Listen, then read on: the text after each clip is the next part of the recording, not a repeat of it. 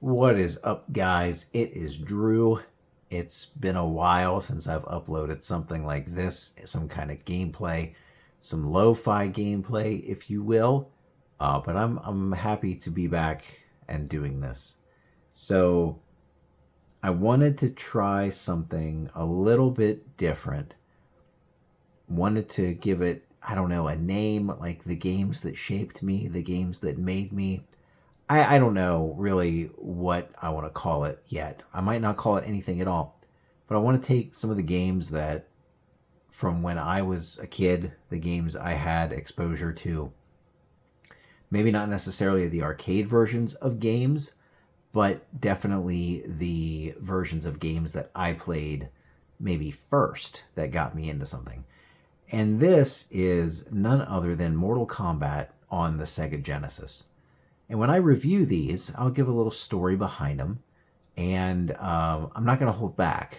I'll go and I will give them a critical review. Now, some people are a little overly optimistic, and I won't name names, but all right. Some people are just very optimistic. Some people are overly critical, slamming the devs at every chance they get. I'm going to stay positive, but at the same time, I'll offer criticism when it happens, when it needs to happen. So I got Mortal Kombat as a Christmas present in, was it 1993? With my Sega Genesis. The Sega Genesis I have now and the Mortal Kombat cartridge I have now are not the same, but close enough, right? I first saw Mortal Kombat not in the arcade, but I first saw it on the Sega Genesis at my friend's house, and mostly played over there after like Cub Scouts. And there was one kid that was really good at the game. Nobody could beat him.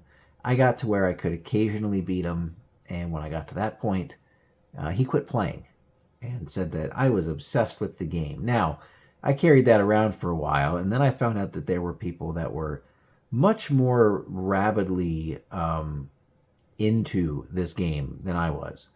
But it's cool to find a community of people like that. So, but I'm talking a lot. So without further ado, Mortal Kombat for the Sega Genesis. I got this game, like I said, for Christmas of 1993. And played it. Played it non-stop over the weekend of Christmas. It was me and my brother and my uncle mostly. My uncle played a lot of video games with us. He was cool. He's the one that just passed away back in April. But good memories playing with him on this game. At one point, it was me and my brother and my uncle, and I was just picking Kano and doing some jump kicks.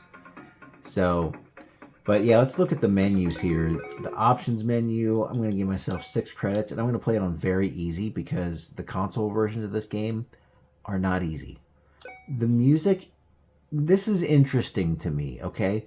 Because the music, some of the levels are mixed up, and I'll talk about them when we get there.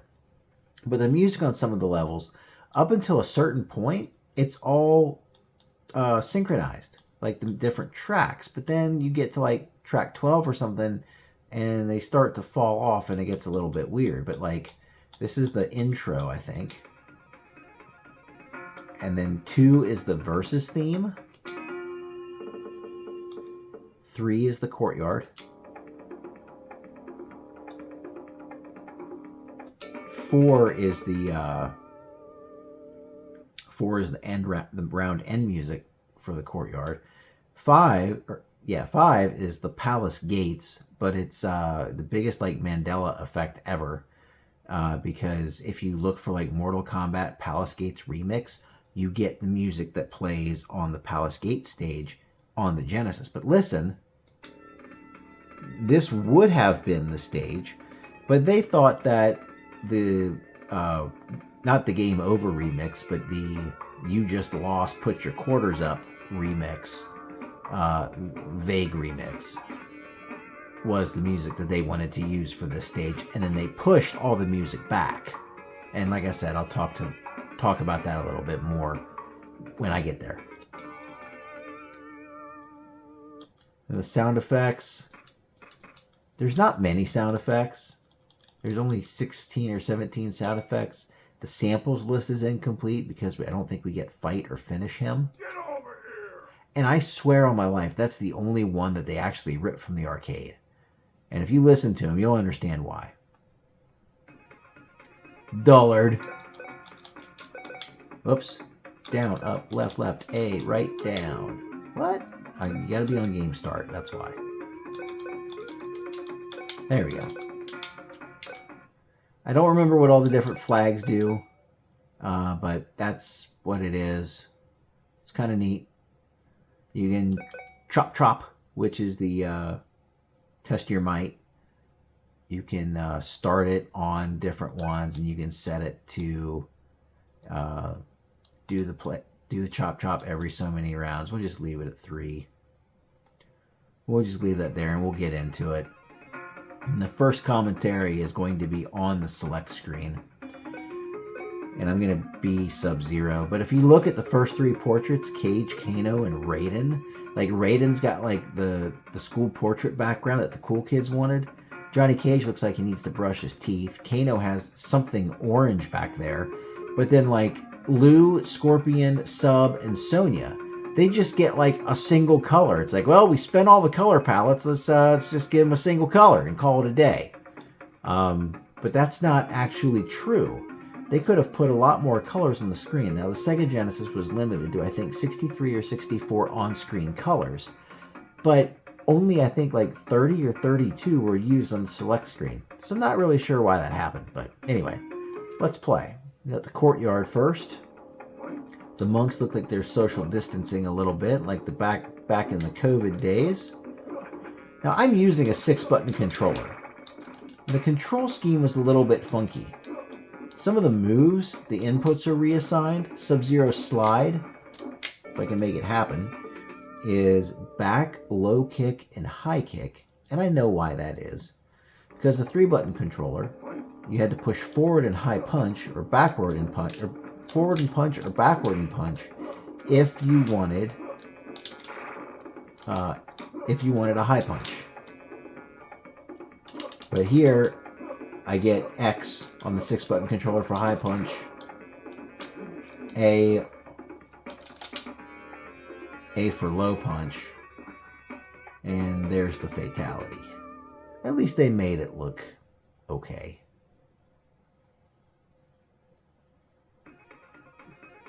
The Sega Genesis version definitely focuses on gameplay. The only time I feel like you get any hint of slowdown is against Goro and on the pit stage.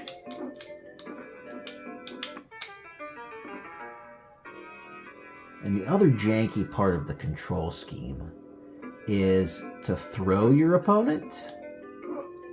You get in close and you push high kick.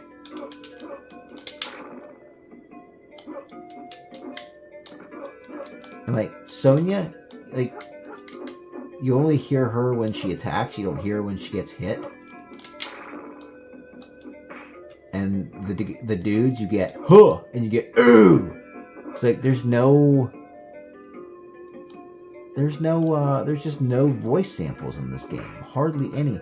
And the only one I think that was taken from the arcade, notice he didn't tell us to finish her. I feel like that's a commentary on the times we live in, you know? We're not ever told to finish her. We get told, finish him, all the time. But when it comes to finish her, that's just a suggestion these days. Look at these color palettes in the backgrounds of these pictures, though. Like, Scorpion, gray. And you can see it on the select screen. It's a little bit tougher on the ladder screen. But, like, Photoshop, I'm pretty sure, existed back then. And it's like they just kind of cut the portraits out and did what they could, slapped a solid color on, and called it a day.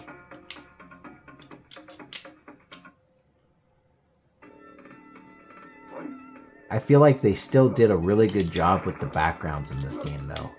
Oops, hit the wrong button.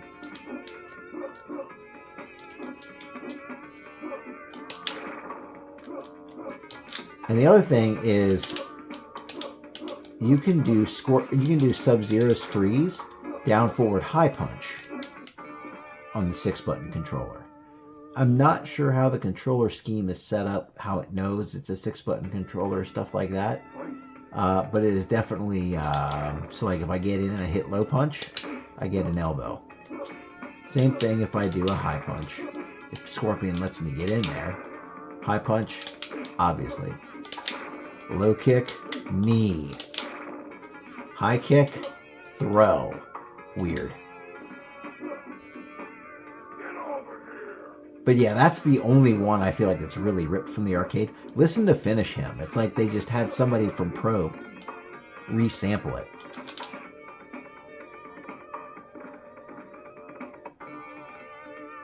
It's like, finish him. I could have done a better job.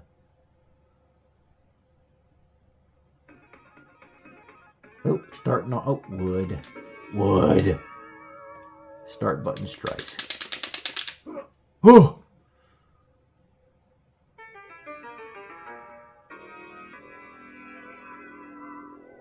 And there's Raiden, he of the school portrait. Kano barely looks like his arcade portrait, too. Yeah, see, there's some slowdown there. And that's from all of... That's from all of the clouds in the background.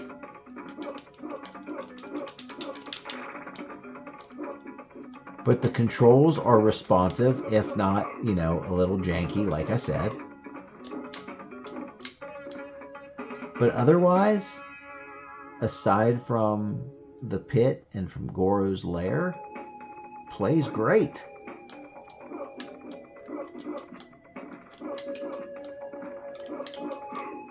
Ooh! And when you... And we get nothing. He doesn't even make a noise when he hits the ground.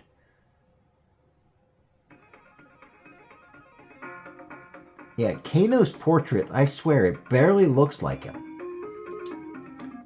Like, it barely looks like his arcade portrait. And you know the soundtracks?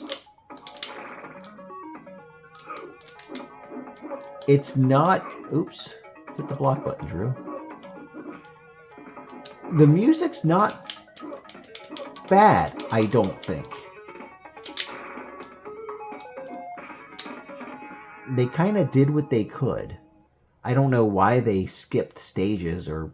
Probe was really good at doing that. I don't know why. Hey, I blocked one. Ah, tried to jab trap him. Excellent. Even the excellent sound does not sound like it came from the arcade at all. It's like somebody at Probe just did their own thing and sampled it themselves.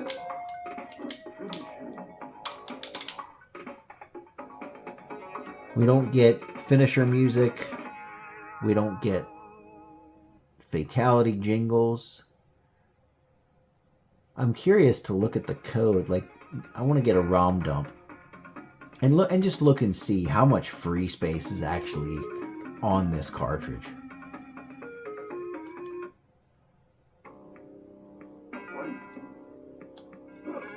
And yeah, this is the Game Over music remixed roughly, but it fits the stage, I feel like, very well.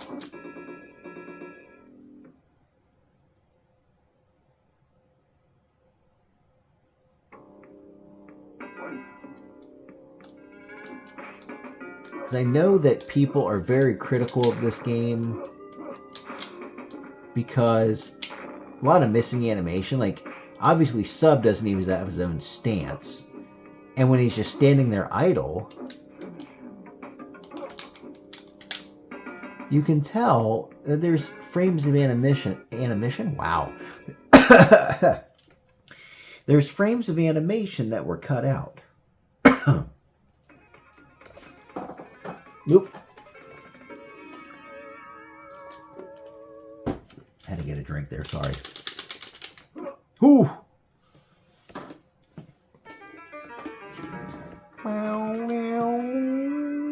Oh, up to the mirror match. Let's go, boys and girls.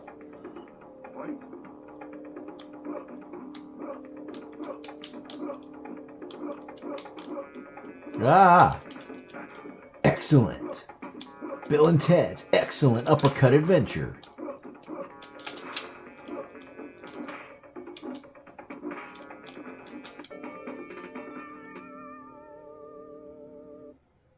Yeah, once you get used to the control scheme on the Genesis, it's great.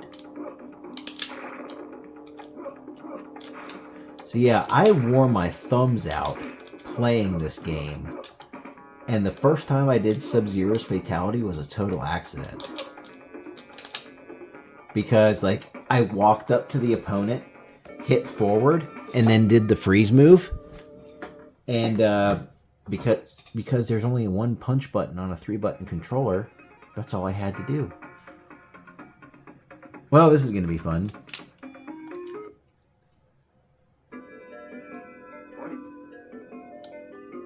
But yeah, if you listen to the Mortal Kombat Arcade OST, you will see that this is loosely the continue screen music.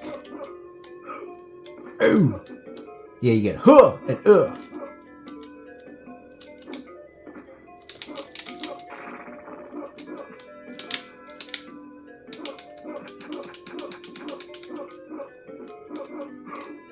Oh. But yeah, it's really, like, I feel like they could have taken some samples from the arcade, downsampled them a little bit, maybe. Oops.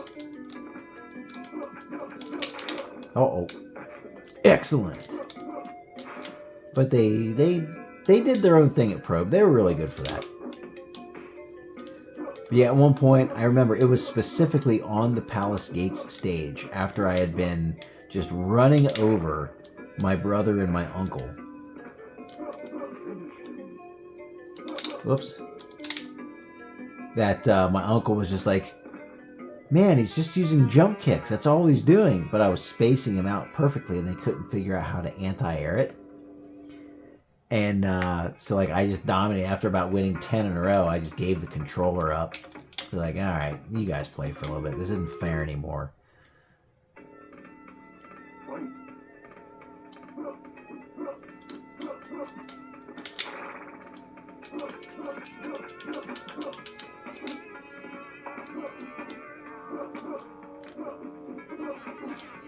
But I do remember seeing Mortal Kombat in the arcade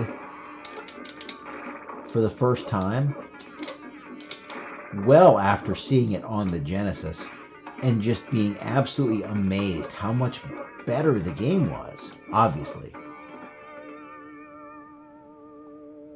But I just remember being absolutely amazed at how much better the game was in the arcade. And the sound effects, you know, Probe's gonna probe, I guess. I guess if I have to be really critical of anything, it would have to be at Probe for using, you know, next to zero. Oh, missed. Too slow. Using next to zero rips, audio rips from the arcade, and just downsampling them. I don't understand that. But I know that gameplay was the first priority, and I can respect that. Absolutely I can, especially seeing, and this is not a comparison video, but especially seeing the train wreck that was the That was the Super Nintendo version control scheme. Whoops, hit the start button. My bad. Fail. And then we get no music. But like, look at Goro's portrait. Goro has like multiple colors in the background. It's like, why do Johnny, Raiden, and Kano, but then, you know, Sub, Scorpion, Sonya, and Lou just like single color, call it a day. And you can see really how bad it is when we go back to the select screen. I'm sure I'm going to lose at some point. And if I don't, I'll tank just so we can go back to the select screen.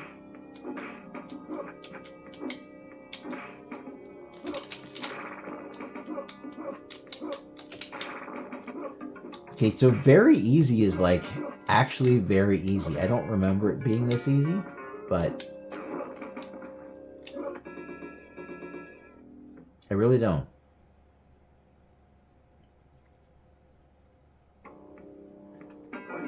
But you know, I consider this a game that made me, or a game that shaped me, because it was obviously, it was my first exposure, like I said, to Mortal Kombat.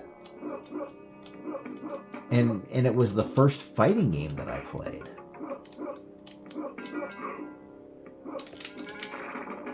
And you know, this is kind of what started it for me. Oh no!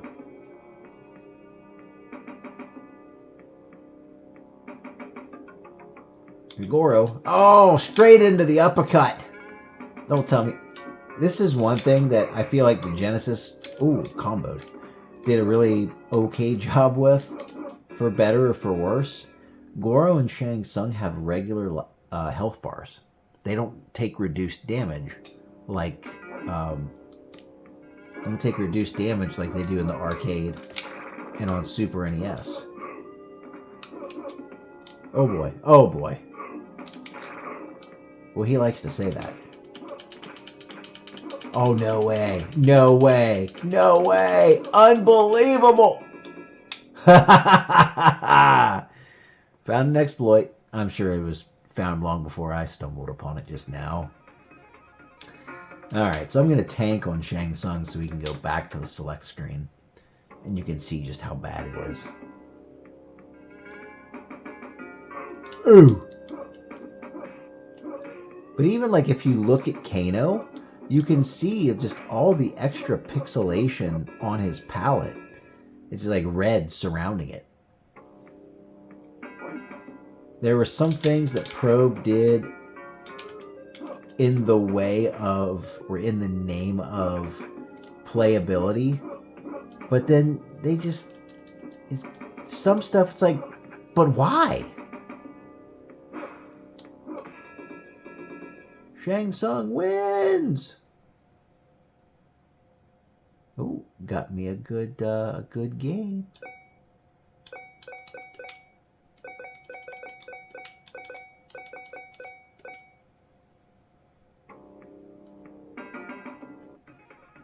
Alright, so yeah, look at this. One color. And if you really look, you might be able to zoom in on it, like on your phone or something, or whatever. But if you look at it almost looks like they were cut out. And not very well. Like, I don't know. I don't get it. I really don't.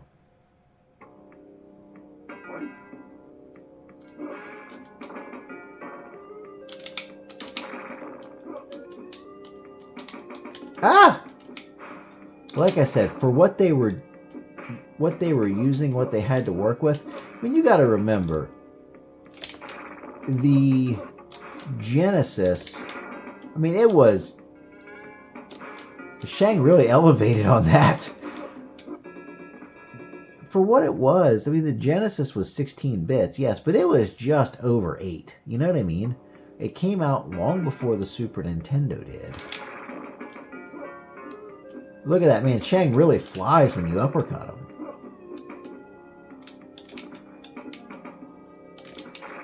He had some nerve to charge me on that. Boom, let's go. Outstanding. They should have said excellent. That's the only thing they really do say.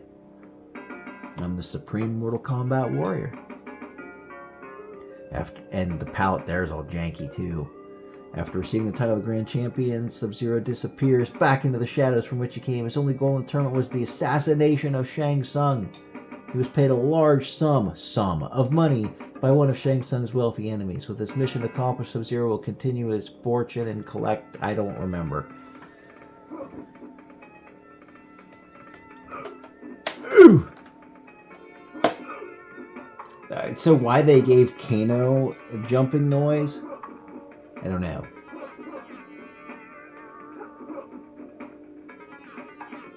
But we'll let the credits roll. And I'll talk some more about it.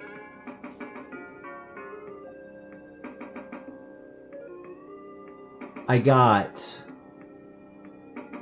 a Super Nintendo like the next year. And it was fun.